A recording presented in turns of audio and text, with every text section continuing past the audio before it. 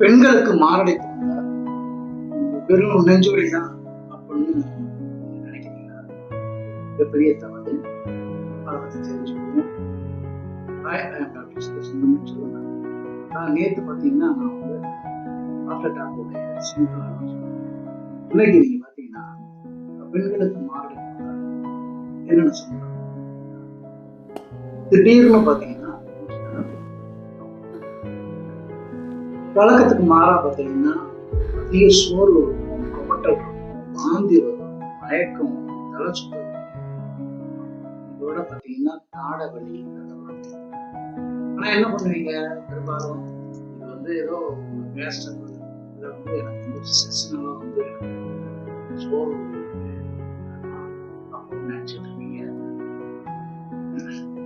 அலட்சியப்படுத்தாது. இந்த மாதிரி சிம்டங்கள் வந்துச்சுன்னா நீங்க வந்து ஹாஸ்பிட்டல் செக் பண்ணிக்கிறது.